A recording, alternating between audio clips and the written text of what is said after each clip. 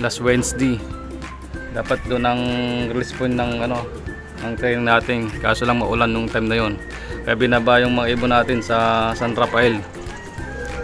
At so far naman nakauwi naman mga ibon natin lahat. Kaya samahan nyo ko mga kalapids, magabang tayo ang ating mga ibon. A few moments later.